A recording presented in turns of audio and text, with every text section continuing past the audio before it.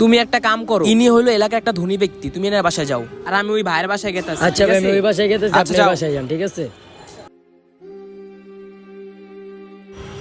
জি ভাইয়া বলেন। ভাই, মসজিদে নির্মাণ কাজ চলতেছে ভাই, আপনি কিছু সহযোগিতা করবেন?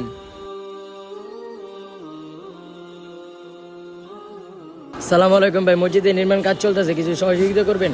আমার তরফেতে ভাই 200 টাকা। ওয়ালাইকুম আসসালাম ভাই, অবশ্যই দেব। এই লন। কি ভাই সব ঠিক আছে তো? হ্যাঁ ভাই, সব ঠিক আছে। আচ্ছা ভাই ভালো থাকেন, আসসালামু আলাইকুম। ওয়ালাইকুম আসসালাম ভাই। হ্যাঁ ভাই, যান। আচ্ছা ভাই, সালাম আলাইকুম। ওয়ালাইকুম আসসালাম। এই ধনী লোকটা কত দিল? 20 টাকা দিছে ভাই। তার থেকে বলো এই গরিব লোকটাই 200 টাকা দিছে। নাম কত বড় আর কাম কত ছোট। ভাই ভাই ভাই, এলন ভাই 5,000 টাকা, এটা মসজিদের কাজের জন্য রাখেন। ভাই, এই টাকাটা তো আপনি ওই সময় দিতে পারতেন। ভাই, আমি ওর সামনে 5,000 টাকা দিই নাই, কিনলে জানেন? আমি ওর সামনে 5,000 টাকা দিই নাই ভাই, একটাই কারণ, ওই নিজের ছোট মনে করতো, গরিব মনে করতো। মহান আল্লাহ তাআলা কারো মনে কষ্ট দেওয়া পছন্দ করে না। দান ভাই ওপেনে করতে হয় না, গোপনে করতে হয়, বুঝছেন? আচ্ছা ভাই, আসসালামু আলাইকুম। আসলে কি, গোপনে দান করা মানুষকে আল্লাহ অনেক পছন্দ করে।